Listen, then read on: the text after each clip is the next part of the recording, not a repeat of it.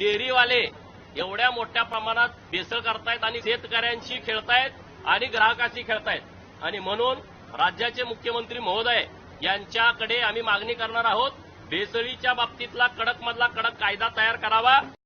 असं आहे की गोपीचंद पडळकरांनी अतिशय गंभीर अशा मुद्द्याकडे लक्ष वेधलेलं आहे आणि निश्चितपणे या दुधाच्या माध्यमातून जर लोकांना विष पाजण्याचा प्रयत्न होत असेल तर हे सहन करण्याचं कारणच नाही।